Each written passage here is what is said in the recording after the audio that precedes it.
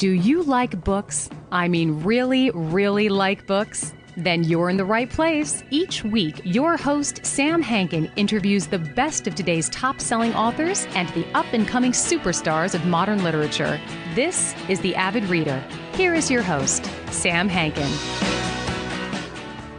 Hi, everyone, and welcome to another edition of The Avid Reader, brought to you by Wellington Square Bookshop. Our guest today is Michelle Warren, author of Holy Digital Grail, a medieval book on the internet, published by the Stanford University Press and released just about a month ago. Michelle is professor of comparative literature at Dartmouth. Her publications include History on the Edge, Excalibur and the Borders of Britain, and Creole Medievalism, Colonial France and Joseph Bédier's Middle Ages. So look, there's parchment, there's papyrus, there's vellum, there's paper, and there's even plastic paper now. And I'm old enough that I can actually remember my mom playing 78 RPM records when I was little. Then came vinyl, then 8-track, then cassettes, then CDs, then DVDs, then 5 1/4 inch discs, then 3 1/2 inch discs, then hard drives and thumb drives, then the cloud. So what was at one time analog, like manuscripts, is now digital, like manuscripts. And so does the medium affect the message as time goes by? That's one question. And so in this book, Michelle explores, I guess, inductively, a specific document, MS-80, as it moves through time from the past to the present and then on to the future.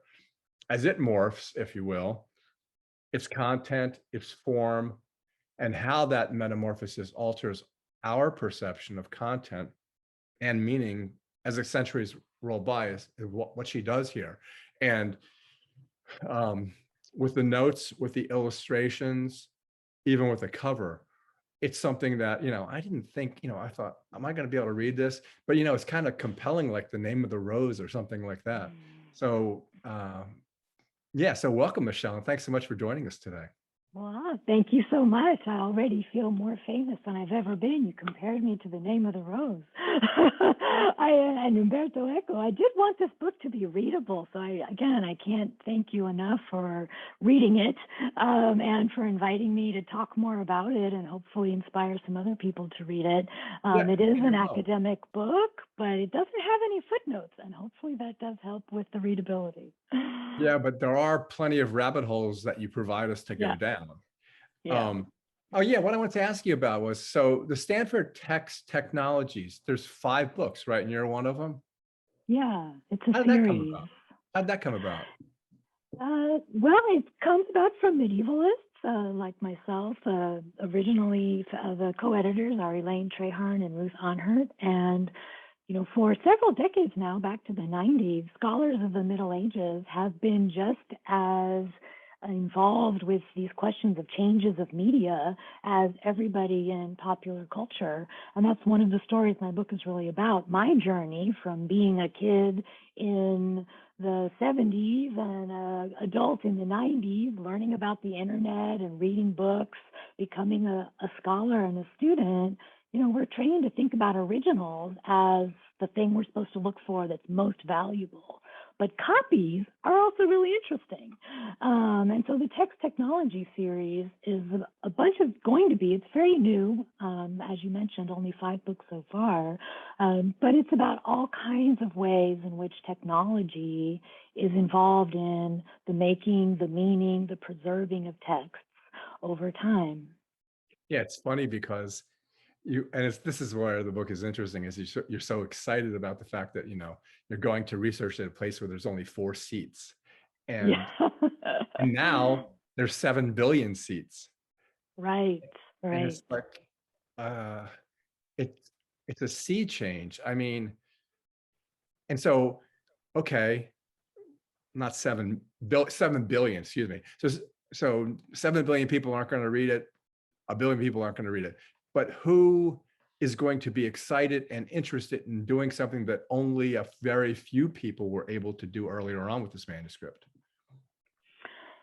Well, I think that's a really interesting question now that there's so many images of manuscripts that used to require like you mentioned, so much physical effort and money to go to a particular room on a particular day. You had to have a certain kind of status even to get allowed to see those objects. So we think of the making of copies, especially digital copies, as a way of democratizing cultural heritage, whether that's books or other kinds of special, rare things that might be unique.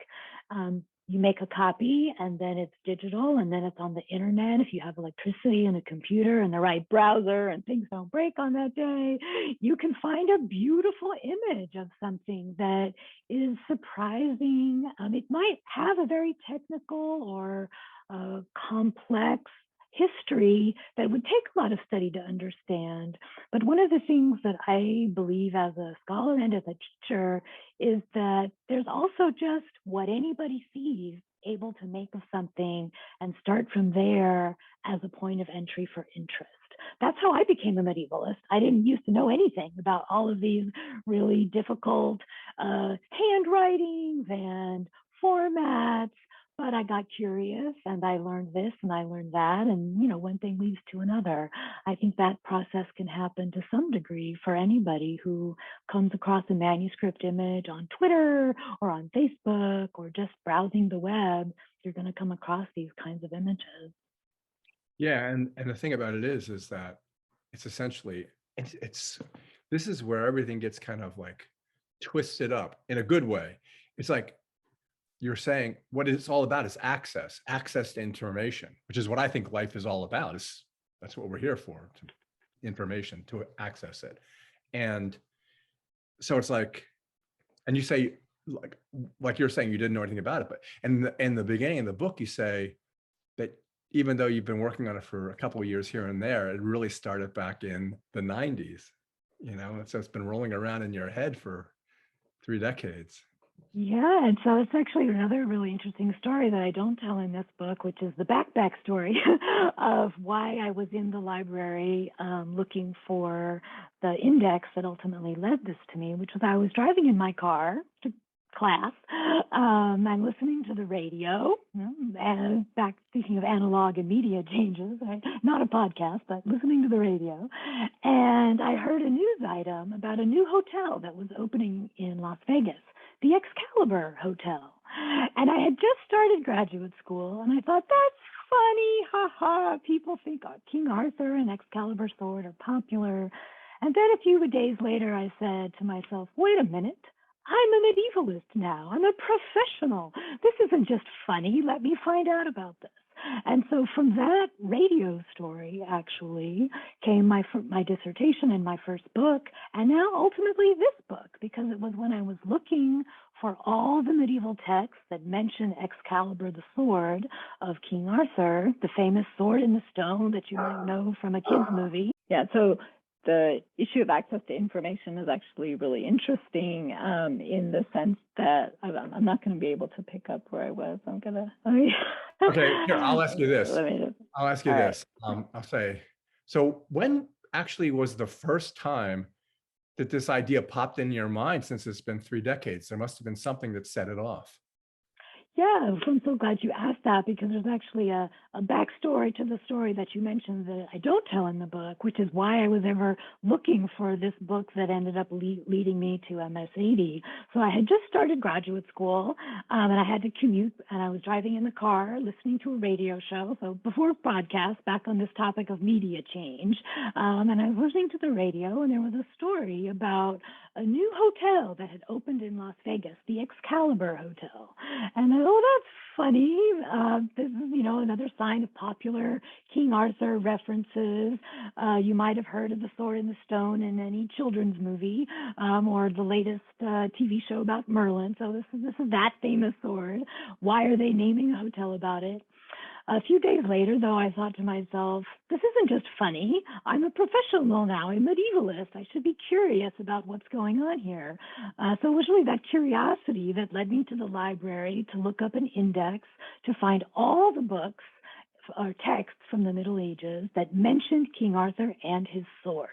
And that's how I ended up finding this manuscript, finding an edition. All of those things were created in the 19th century, but I found them in 1990. And now you can find them on the internet in a digital format.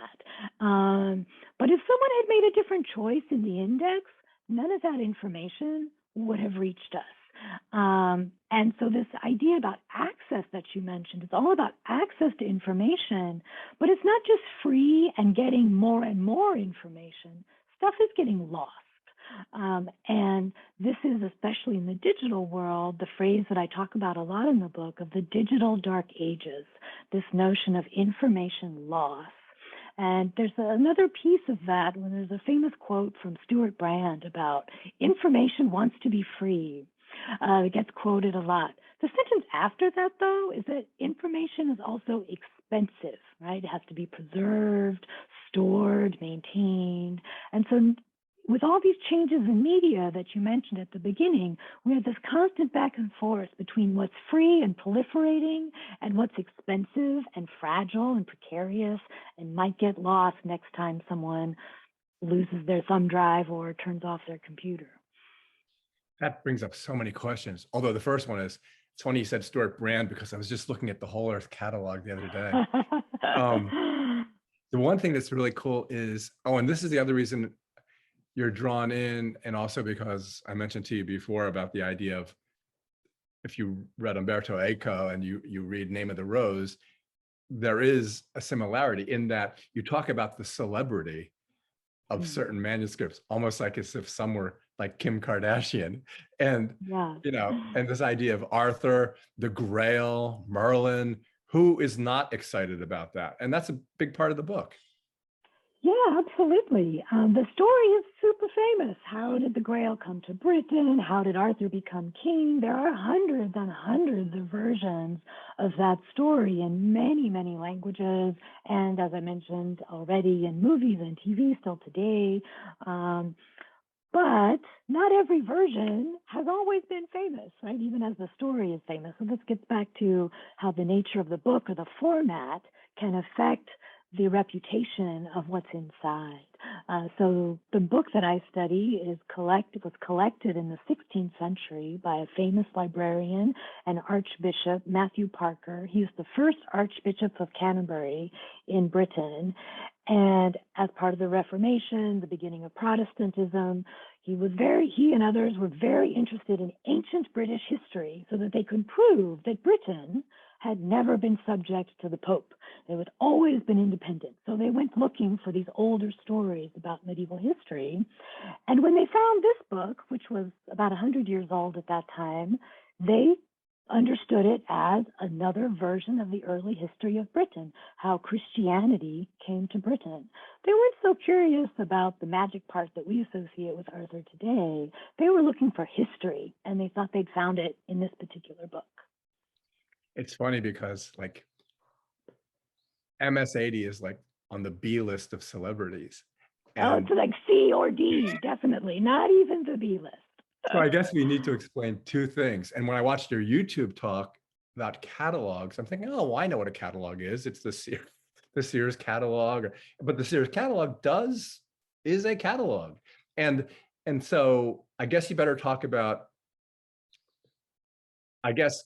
catalogs in general and how MS-80, because the book is a lot about catalogs. And I don't think people understand exactly what they are in, I guess, the larger sense. Yeah, sure. So I think I would start with just what might be a familiar version of the catalog, which is in the digital space, just opening a browser and putting a word in the search box. You're actually using a version of catalog there, because in order for there to be results, there has to be an index of words understood as a meaningful character string that pull up results, which might be other pages on an internet search. A more specialized version of that is a library catalog, where the results are going to be limited to the things. Used to be just the books in the library, but now, of course, it's also a lot of digital resources that are also cataloged in the library, and you can't find them unless they've been indexed or have what's called metadata, that is structured descriptions of what the object is, the author, the title, whether it's a book or an article or a cassette tape, what is it in terms of an item. And so all of that labor of what gets actually represented in a catalog is a bunch of people, ultimately way down the line, it's people making decisions about what matters to name and preserve and put into a list. So in this case of the Sears catalog, the motivation is really clear. You want to sell the objects that you have on your shelf. Those kinds of catalogs go way back too. A library catalog, minus the sales part, is the library wants people to find the books inside. If you don't have the catalog, you can't. You're a bookstore owner, right? If you want to sell your books, people have to be able to find them. And the catalog, in some form or another, whether it's a index or a database on the web, has to be some way of searching and finding for those objects. If now, I the have, B-list, yeah. If I was going to say, sorry, if I have my books in my bookstore arranged by genre, that, I guess, yes, that essentially is cataloging them, correct? Absolutely. Genre is another really important example of the kind of information that might be put into a catalog or might not be. So in the case of MS-80, when it was first cataloged, it was called a history. And then later, it was recatalogued as a romance.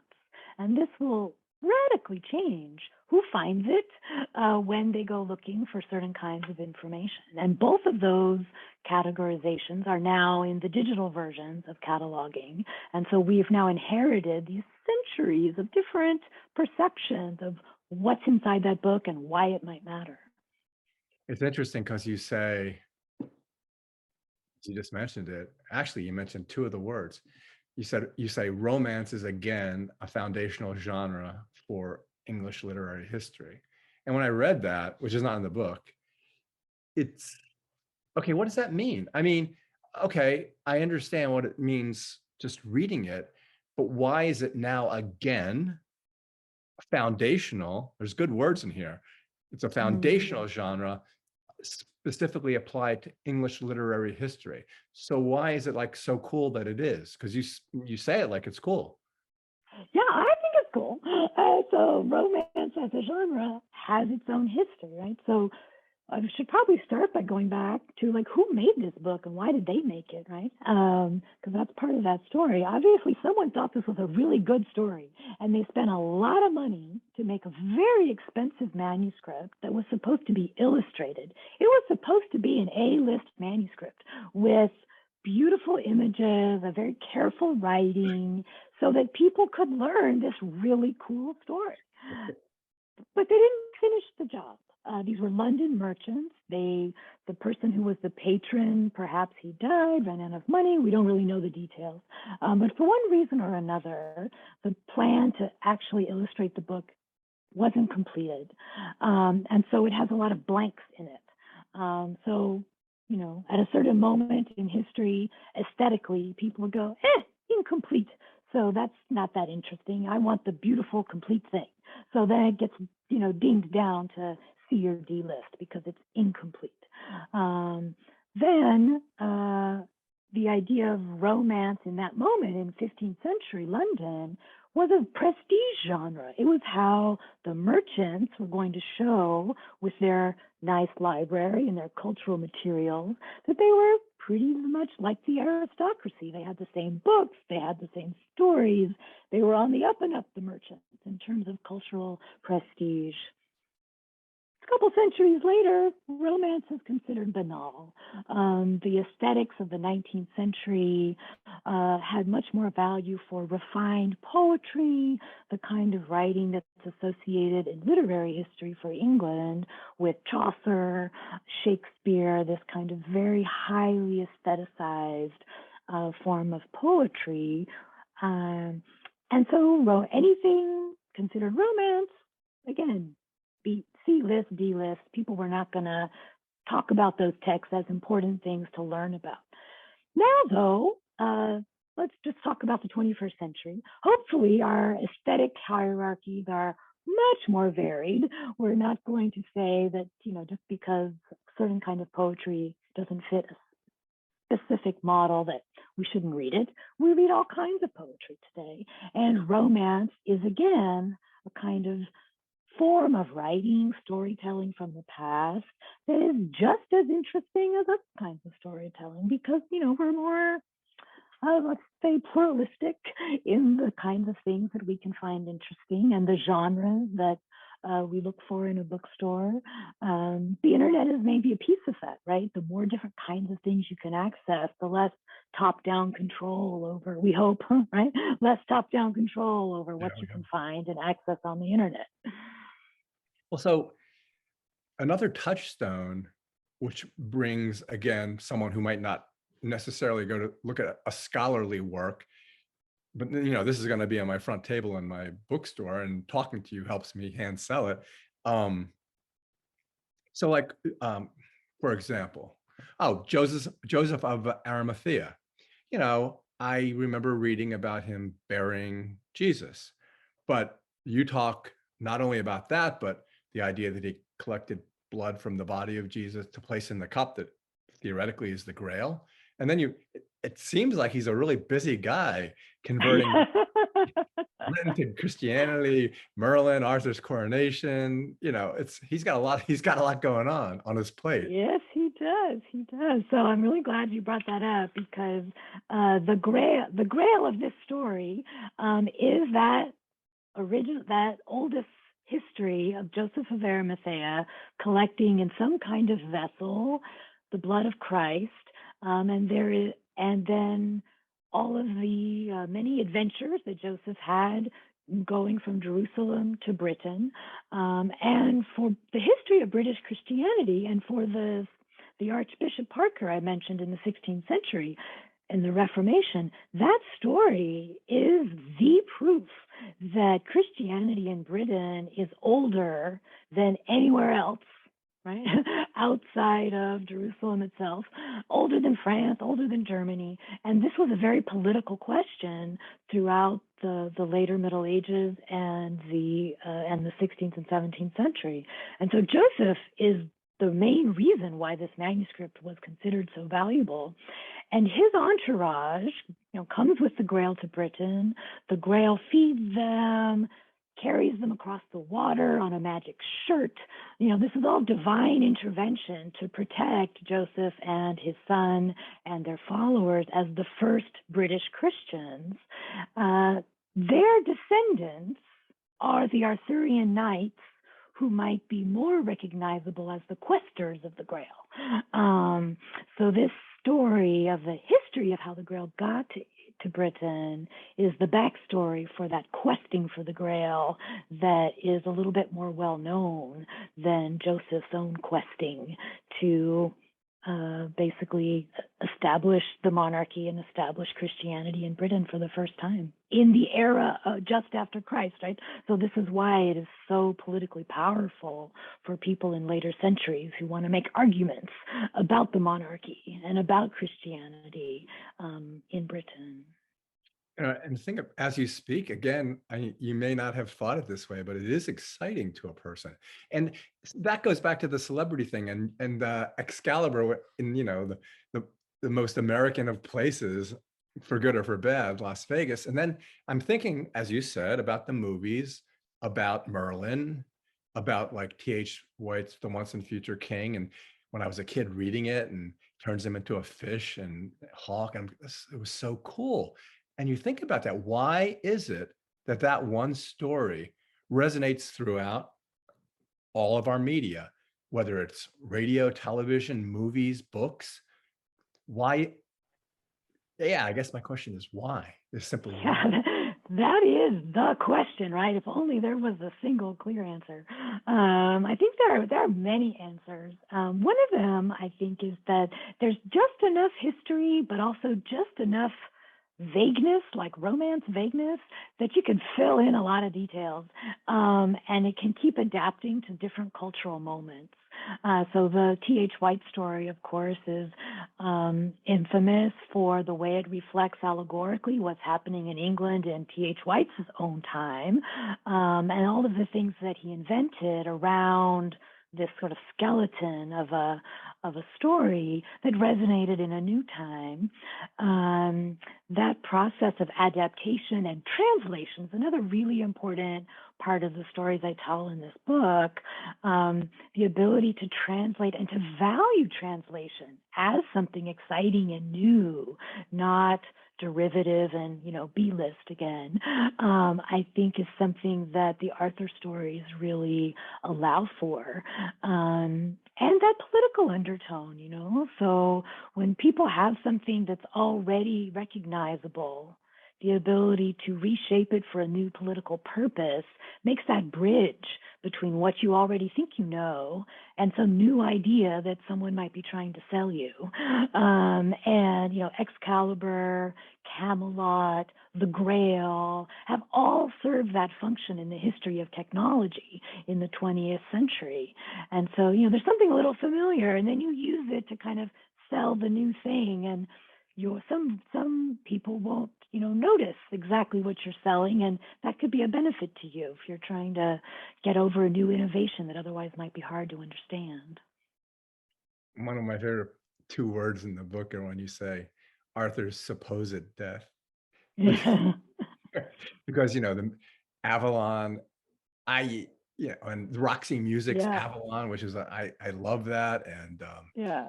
I was a builder in Florida, and I built a subdivision and I called it Avalon. Well, I love all these connections because it just shows the working of the unconscious working, really, of how ideas pass through culture, right? We have a general association. You love that album. You're doing another thing. We're not always conscious of what we're associating when we make that decision. But once it's there and if it gets preserved, it becomes part of this mobilization of memory over time. And it's so fascinating because when you mentioned allegory and allegory reflecting the times of the man, the woman, I was thinking of C.S. Lewis and Narnia.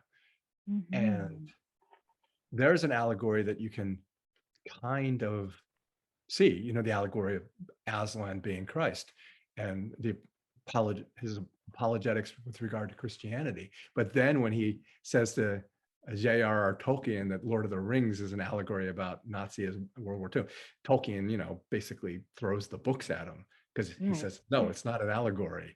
And so now putting that as a gloss on your book, it's like, oh, there's all these other ways you can come at it and you wouldn't know it. You wouldn't know whether it is referent to something, Right, and so that really touches on this another really important tension between the intention of the author and the desires of the reader.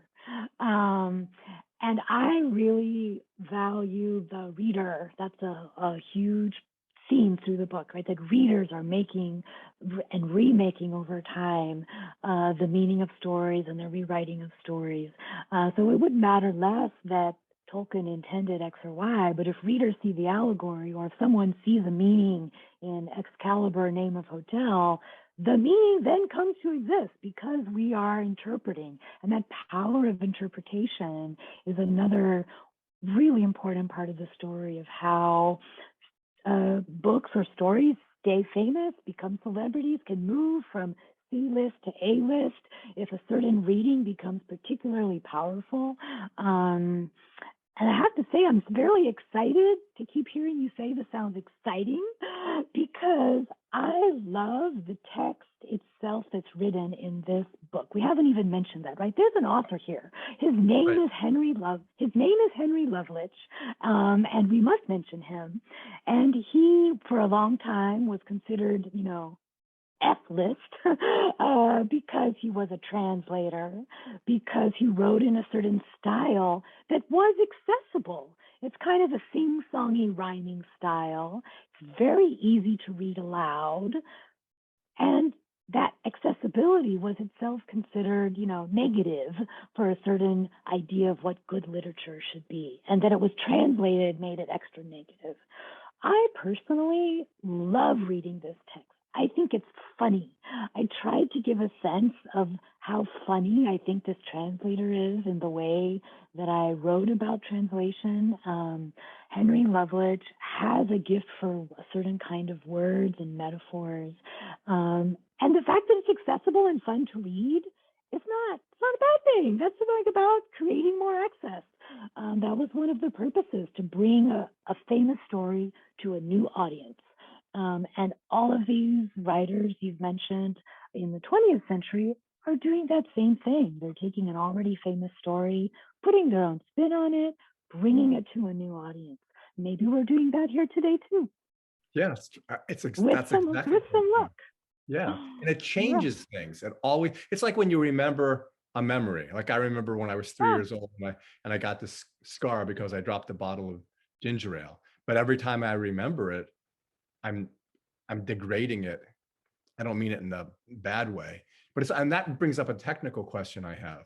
So, there's digital clocks, but people don't like them. They like analog clocks because they can see where time has been, where it is now, where it's going.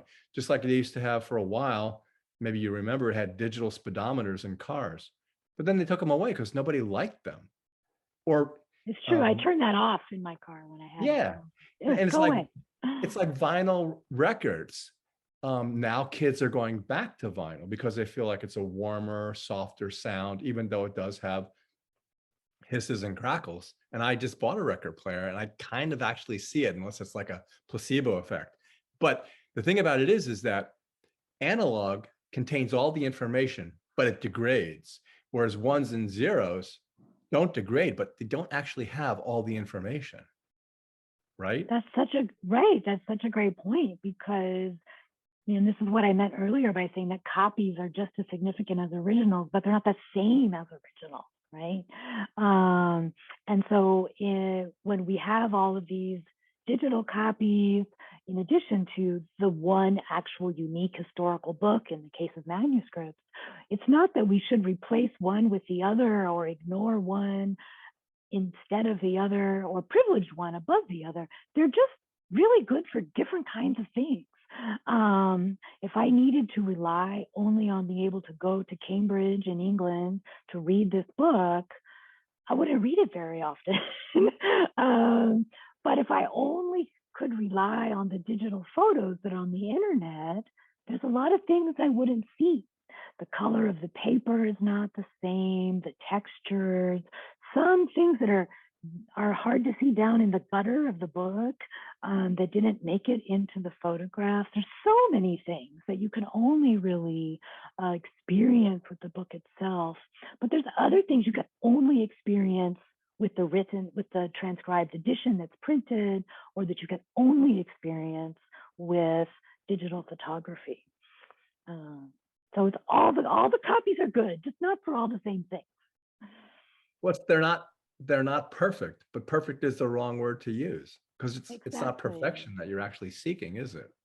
Exactly. Understanding of different forms in different moments, how people can receive them, how they may or may not survive. That manuscript that preserves a translation by Henry Lovelace from the 1400s, it's still around. Those pieces of paper, it's not a vellum manuscript, it's a paper manuscript. Those pieces of paper have not always been, sometimes they go over in a damp environment, but they've managed to make it now into a climate-controlled vault. They're going to last for a really long time. The first web portal for the manuscript library based on the Parker Library is now dead. You can't get to it. It lasted 10 years. The technology's changed. They had to make a new one in order to preserve those photos. And that'll happen again in another 10 years. This is what the phrase "the digital dark ages" means. I didn't make it up. It is popularized by Vint Cerf, chief internet evangelist at Google, and he's given many lectures talking about this problem of the digital dark ages, which is the disappearance of digital culture if we don't, enact really intentional preservation. His solution is also a hypothesis called digital vellum. So it's another metaphor for durable books, right? Digital vellum would somehow be a digital format that would withstand changes in operating systems, upgrades to your browser, new hardware systems. Doesn't exist yet, but the idea of it would be the durability in digital that we don't yet have. And the magnetic media, like VCR tapes and cassette tapes, are the image now of time-limited media.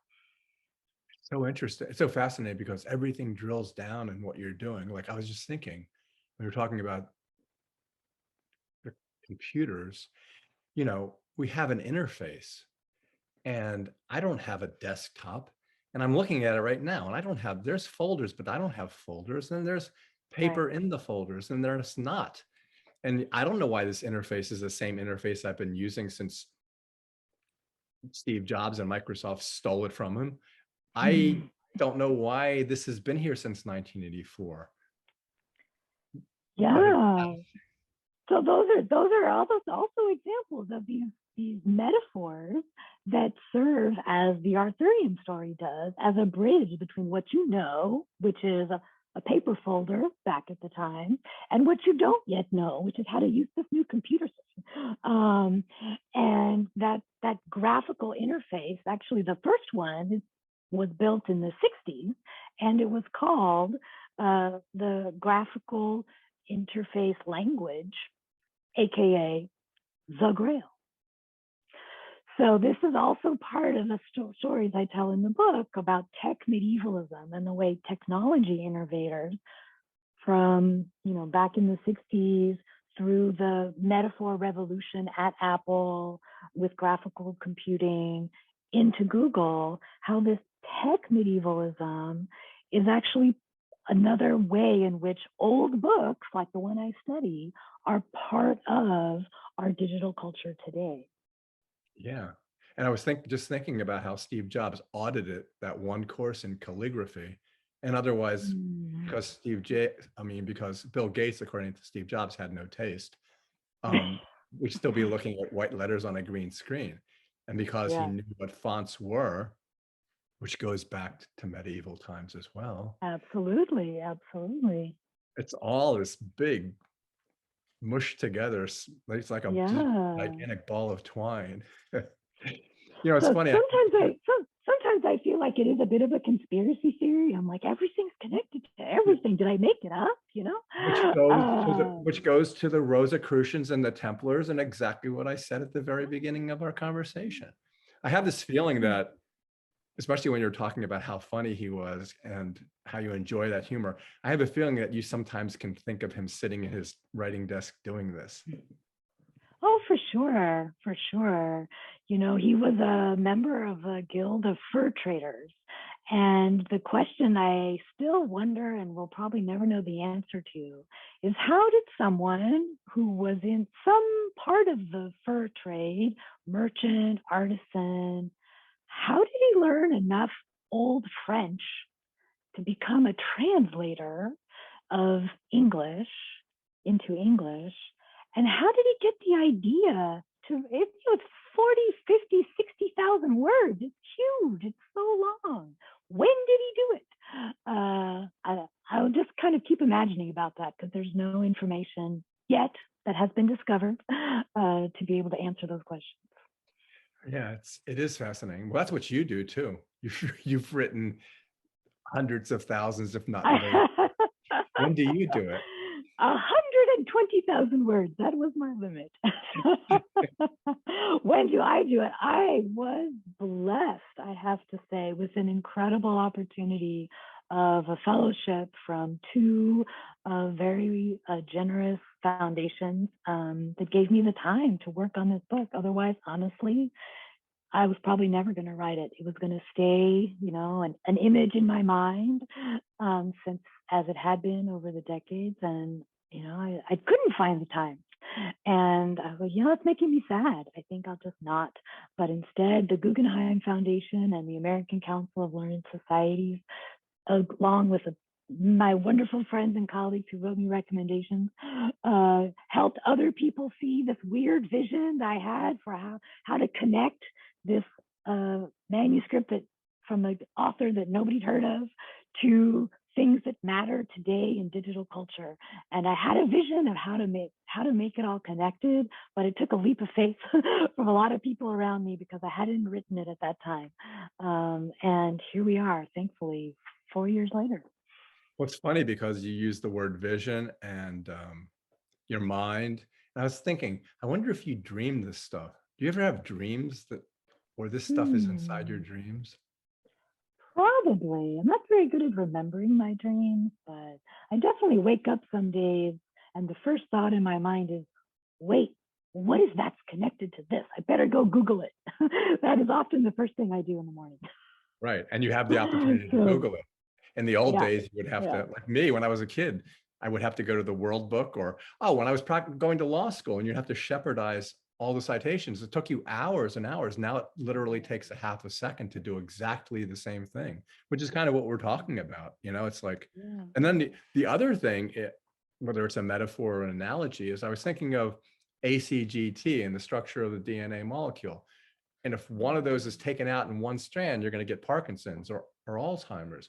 And then I was thinking digitally the same thing. If there's one thing missing, it alters, you may not know it, but it does alter the entire thing. That's right. And that's a very important point about how this accumulation of information and culture really in digital form, it's not just getting more and more complete. Things are getting lost, changed, adjusted, transformed. So it's morphing, it's getting bigger, but it's not necessarily getting more complete. And that's, I think, another really important message from my book around cataloging, around our sense of history and culture. We are accumulating, but it's not going in just one straight line. Like you mentioned, you went and bought a record player. Like that's not the linear progress, right? Of one technology replacing another. They're accumulating and changing, but it's getting more fragmented, frankly, not more organized. That's the other thing I was thinking about was the concept of entropy. I was thinking the most organized this thing ever was the moment it was written, or actually the moment it came into his head. And it's just, am I right that it's continually just, it's going to reach a state of complete disorder? You did kind of imply this kind of scattering. Yeah, I mean, there's the materiality, right, of it. So the pieces of paper, in fact, the book never was complete. So it's almost an embodiment of what we were saying earlier about how perfection isn't the point. It never was complete. So there's no complete thing to get back to and recover. It was, mostly done. That's all it ever was. And then it started changing, and then it got moldy, and then some larvae got in and ate some holes, and then new technology came along, and the climate controlled vault is going to make preservation work and degradation work on a slower timeline. But climate control, again, back to everything being connected, connects to climate change, right? Our calculations on free air conditioning, the price of air conditioning could change at some point. And there's a cost for that climate control and a cost for preservation. And we can't keep everything, nor should we probably be trying to. So then who's making the decisions and the judgments about what's worth saving? This is how decisions made today are going to affect what counts as history and culture 100, 500 years from now in the future.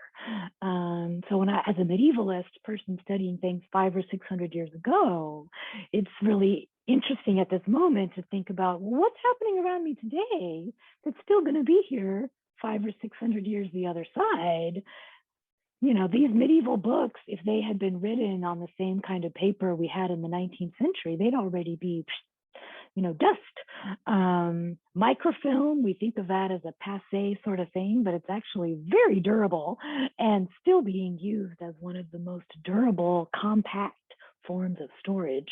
Books are ultimately one kind of storage device. And a printed book is one, a digital book is one, a microfilm is another one. And I think it's important to think about these different expressions of storage for what they can and can't do. There's a principle in libraries of lots of copies makes things safe. So the more copies you have and the more formats, the more likely something is going to make it through the changes we can't yet anticipate.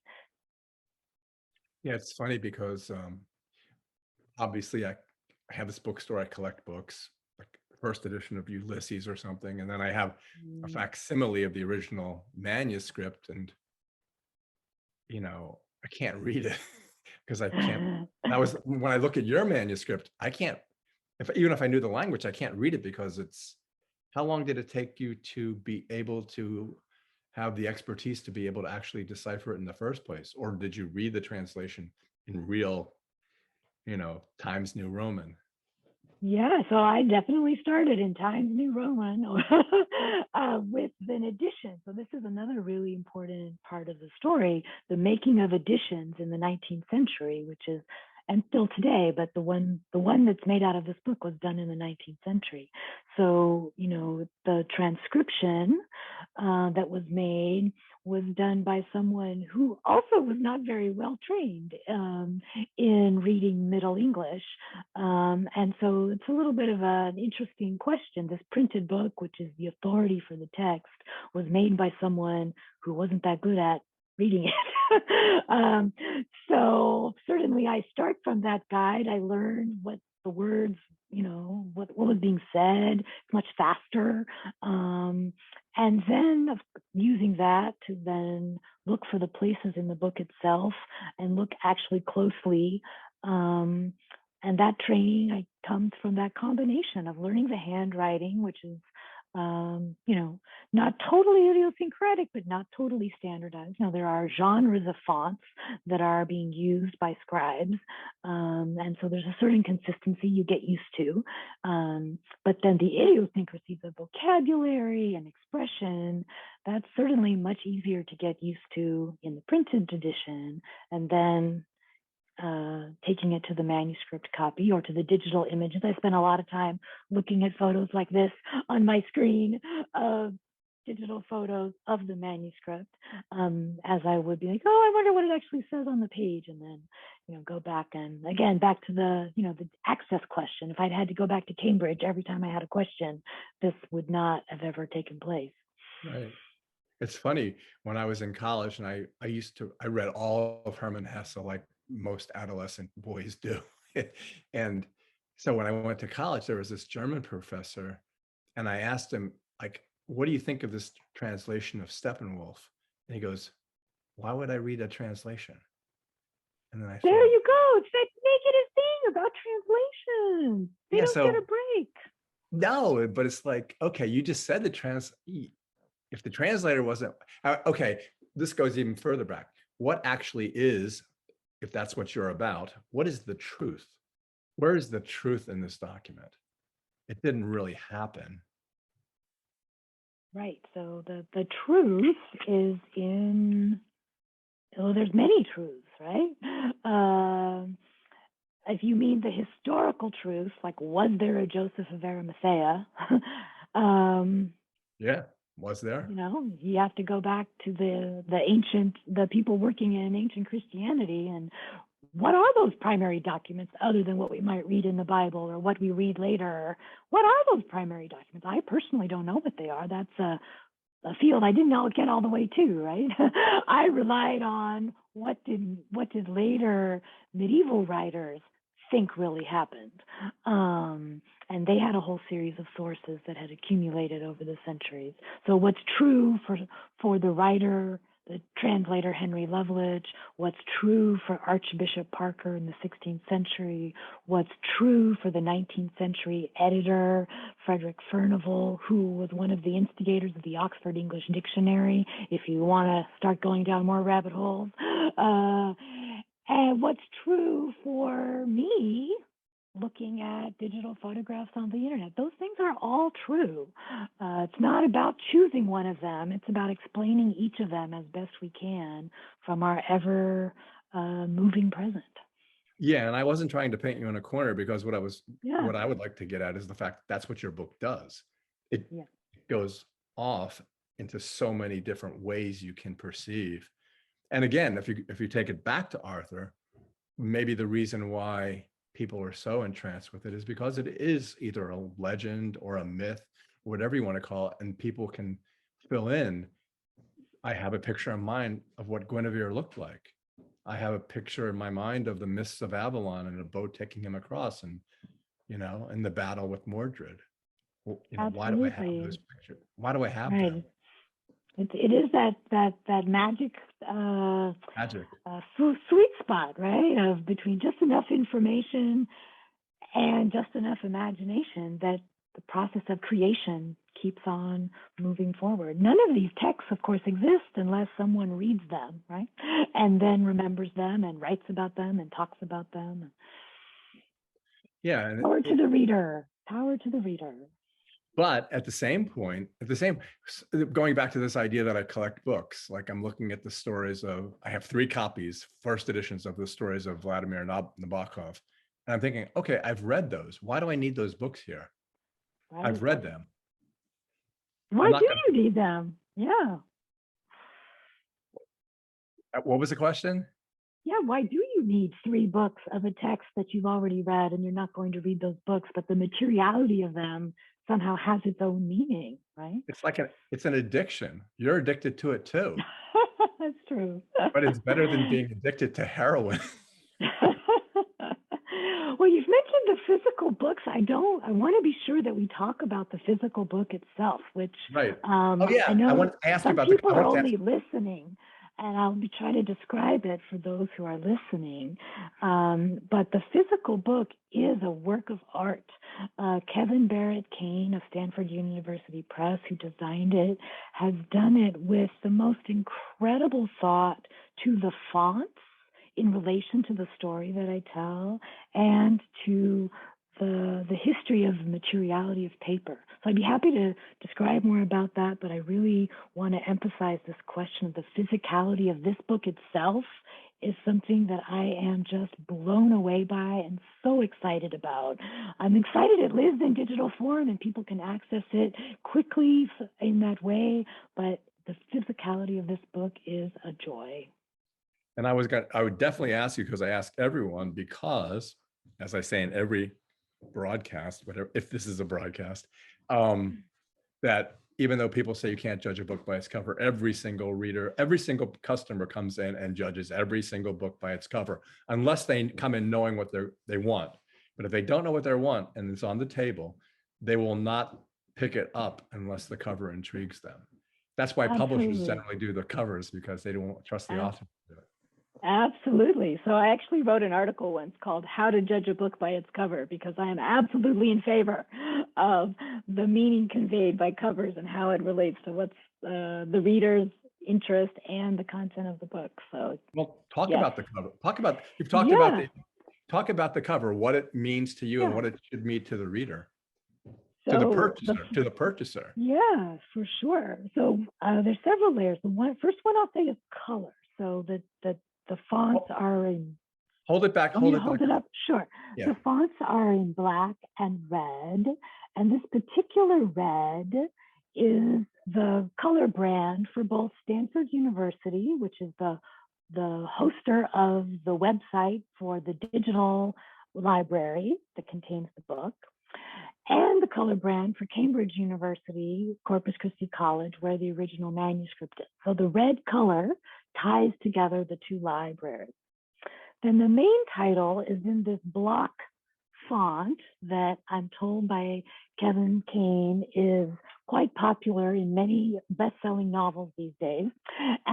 It's a font that combines, that owes its origins to a 19th century typeface that is based on the first English typeface by an English printer that's considered a English national typeface. So in the book, I have very important stories about collecting and books in the 16th century, and then about editing books and creating medieval literature in the 19th century. So this font visually expresses the fusion of 16th century and 19th century form. It's the Isn't that fold. amazing? It's the folds that do it. So then the fold, this is a picture of a piece of paper from the 16th century, taken into a digital photograph and then reprinted onto paper for the book. And the fold of the paper suggests a cross, very faintly, which puts us in the theme of Christianity and the history of the Grail. And most brilliantly, the image of it goes all the way along the spine, around to the back, and becomes a feature distinguishing the different readings of block text on the back of the book. Just remarkable to have a piece of paper from the era of the book manuscript reproduced on the book as the background. Plus the title. I mean, the title has 3 intriguing words. Yes, and they've been laid out so they each can stand on their own and also make a solid statement. And the font along, and the subtitle. And the subtitle, A Medieval Book on the Internet, is a font that was created at Adobe as a born digital font. And it is, again, part of which the very first project to create the PDF at adobe.com was called the Camelot Project. That's another story that I tell in the book about the Arthurianism of the history of the PDF file. And so the creation of this font, again, as a born digital font that comes back around to a printed book, is one of the dynamics about changes in media that the whole book is about. So amazingly, the cover tells the story of the entire book. I agree. If you know how to read it. It is a compelling cover, and I think it's going to help very much in the sale of this book. So as we wind down, I guess I would ask you, do you have the stamina to write another book? And what would it be about? What is it going to be about? That is a tricky question. My flip answer is absolutely not. This was such an experience. I'm still a bit tired from it. I was also very sick in the middle of it, so I'm still recovering from that exhaustion as well. And I'm not yet ready to think about something that big. I am going to write a few small things to, kind of get back into the new idea mode. I'm a little bit funnily thinking about, the first thing I want to think about is the digital life of this book now on the internet. I'm kind of interested in what happens to a book after it's published. I'm interested in this question too of the big scale of time around the digital future. So I'm thinking about this project called the 10,000 Year Clock, which is being built by Jeff Bezos and Stuart Brand and some other people in Texas. And there's some medieval connections to the 10,000 Year Clock and the 10,000 Year Library. And I'd like to think about these future concepts from the point of view of the medievalist, back to what I mentioned earlier, 500 years ago, 500 years in the future. What does it mean to think of ourselves between these longer poles of time? I know. Well, that's an excellent way to conclude.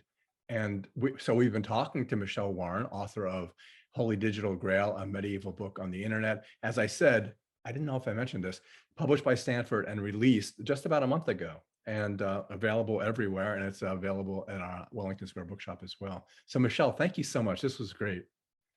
Thank you so much. This has really been a joy. Thanks. I'll talk to you soon, I hope. I hope so too. Bye-bye.